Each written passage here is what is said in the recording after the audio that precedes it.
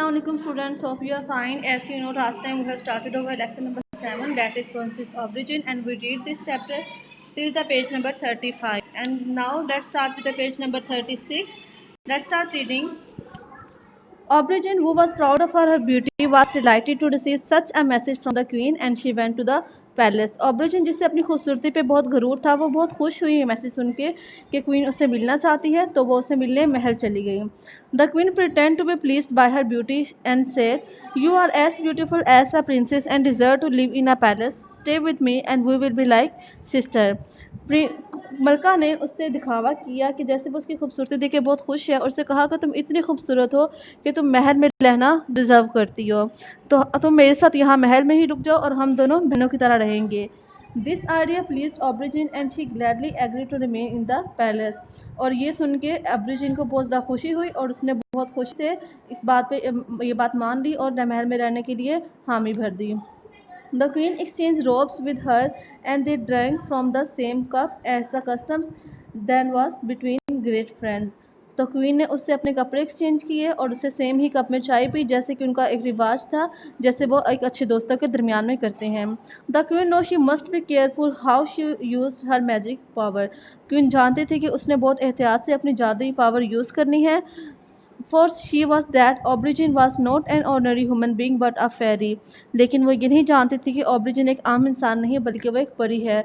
So she made a strong spell while Aubergine spell. तो इसने एक बहुत स्ट्रॉन्ग सा, बहुत अच्छा सा, यानी कि गहरा सा एक को जादू पानी बनाया और ऑब्रिजिन को पिला दिया जब वो सो गई थी।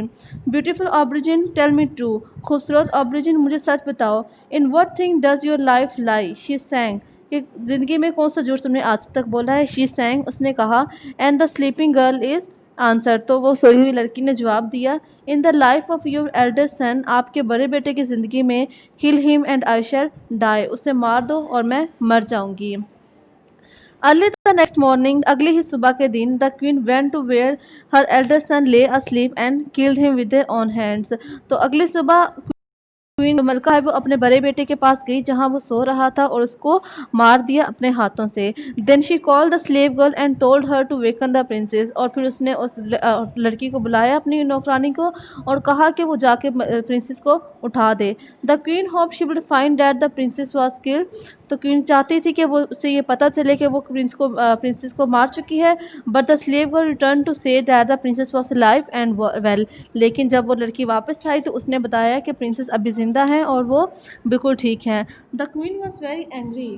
She wept tears of anger and सोरो for that she killed her own son for nothing. Queen को बहुत गुस्सा आया, वो आंसू आ गए, बहुत दुख हुआ से कि उसने अपने बेटे को ही मार दिया बिना किसी वजह के।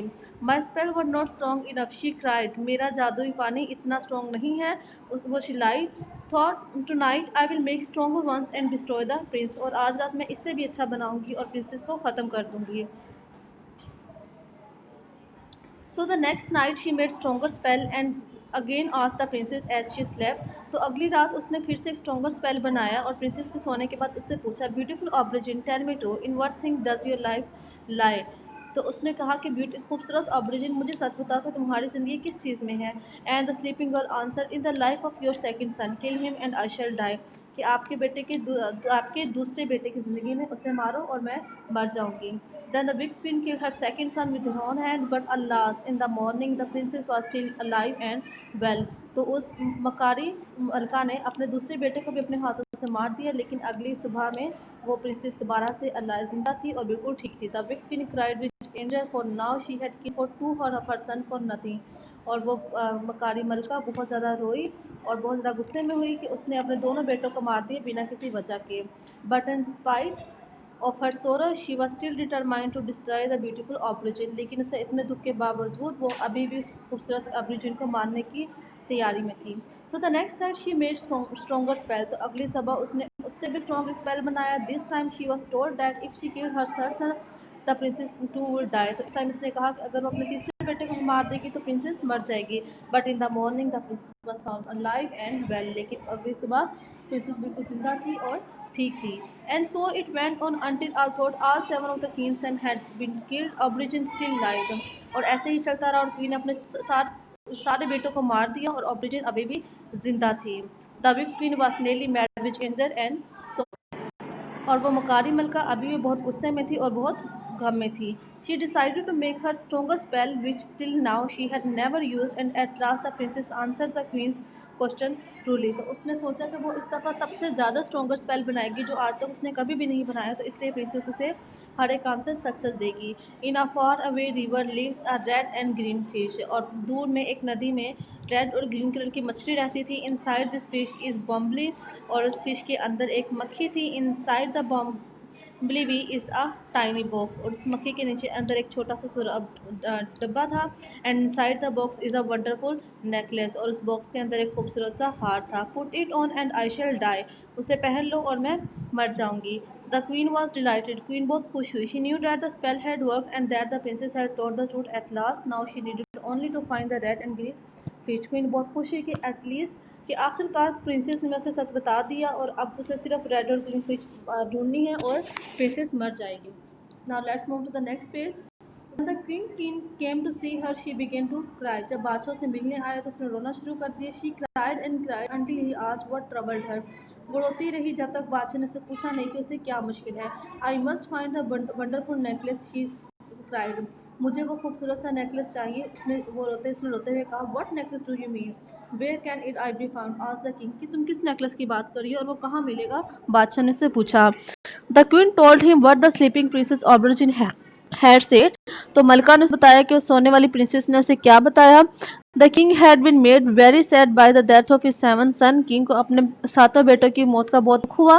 The queen told him that they had died of a deadly disease. और मलका ने उसे क्या कहा कि उनको कोई मौत वाली बीमारी आ गई थी. He was a kind hearted man. वो बहुत रहमदिल इंसान था. And he wish to do anything that would comfort his wife. तो वो हर वो चीज़ करना चाहता था जिसकी उसकी बीवी को सुकून मिले. सो ही गेव एन ऑर्डर. तो उसने एक हुक्म दिया. Every fisherman in the kingdom must fish all day until the red and green fish is found. कि हर मछुआरा हर रोज वहाँ की कौम में हर रोज मछलियाँ पकड़ेगा जब तक उनको रेड और ग्रीन फिश नहीं मिल जाती. All the fishermen started to work, and before long the red and green fish was caught and brought to the queen. और सारे फिशरमैन सारे मछुआरे हर रोज मछलियाँ पकड़ते थे और आखिरकार उनको रेड एंड ग्रीन कलर की फिश मिल गई और वो उसे मलका के पास ले आए. She open the fish and inside it was the bumble B. उन्होंने मछली को खोला और इसके अंदर एक बम्बल बी थी. Inside the bumble B was the tiny box. उसके अंदर एक छोटा सा बॉक्स था. And inside the box was the wonderful necklace. और इसके अंदर एक खूबसूरत सा नेकलेस था. When the fairy princess Aubergine heard the news, she knew that she will soon die. जब प्रिंसेस ऑबरजीन को इस बात का पता चला तो उससे मालूम हो गया कि वो अब जल्दी ही मर जाएगी. So she returned to her parents' hut and told them. तो वो अपने वालिदैन की झोंपड़ी पर वापस गई और उनको बताया. Do not burn my body or bury it, she said. कि मेरी जिस्म को मेरी बॉडी को यानी कि डेड बॉडी को दफनाना नहीं और ना ही इसे जलाना है. Dress me in a finest cloth and ले मी ऑन माई बेड. मुझे एक अच्छे से कपड़ों में पहना देना और मुझे बेड पे लेटा देना. Put flowers round me and carry me into the woods. मेरे आसपास फूल रख देना और मुझे लकड़ियों में डाल देना. You must place my bed on the ground there and build a high wall around it. और आपने मेरे बेड को एक ग्राउंड में रख देना है और उसके आसपास लंबी लंबी दीवारें बना देनी है. When the queen put on the wonderful necklace, the prince Aubergine died. और जब क्वीन ने वो खूबसूरत सा नेकलेस पहना तो प्रिंस ऑबरजीन मर गई. The queen sent the slave girl to the hut to ask for the princess. She return to the palace saying the princess is dead but her body is not burn और buried. तो queen ने अपनी उस जो लड़की थी उसकी नौकरानी थी उसको झोंपड़ी में भेजा और उसे कहा कि जाके देख पता करो कि प्रिंसेस मर गई है या नहीं. और जब वो वापस आई तो उसने बताया कि प्रिंसेस मर चुकी है लेकिन उन्होंने उसे दफनाया नहीं और ना ही उसे जलाया है. They have carried her to the wood in the north.